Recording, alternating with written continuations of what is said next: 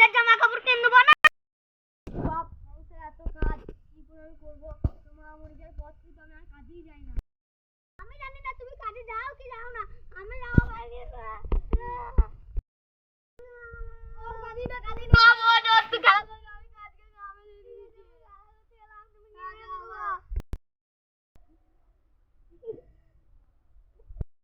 আমি না, তুমি কেন আমাকে ছেড়ে চলে গেলে? আমি আর থাকতে পারছি না এই ছেলে মিলের যন্ত্রণায়। আব্বা, ও আব্বা, কে রে? কে রে? আরে গো আমি। কি হলো বাপ? বাবা, আমার বন্ধুরা সবাই তো জামা কিনছে, আমাকে জামা কিনে দেবো না?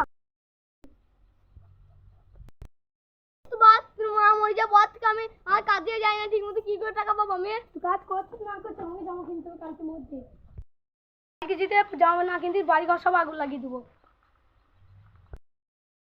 আয় ছেলে মিলে মারবা যায়, একটু ছোট ভাইয়ের কাছে যাই, যদি কাজ একটু পাই।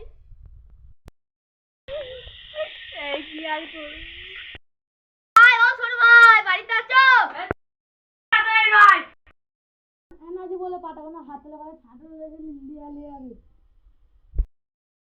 তোমার সাথে বাড়ি যায়। হ্যাঁ ভাই, বলো ভাই।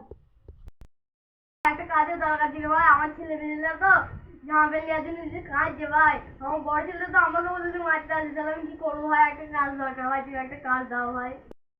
হ্যাঁ ভাই, তোমার বড় বেলা খুব বল। হ্যাঁ ভাই, কাণ্ড করেছে। কি কাণ্ড ভাই?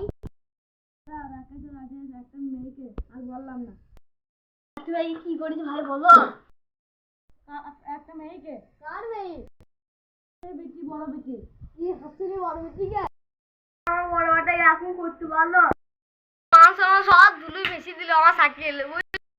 আসলে কালকের মধ্যে পাতাগুলো রেডি করো ভাই। হাততালা করো, একটু ঢালাই হবে। কাজটা শুরু করবো? হ্যাঁ করে দাও। ঠিক আছে ভাই।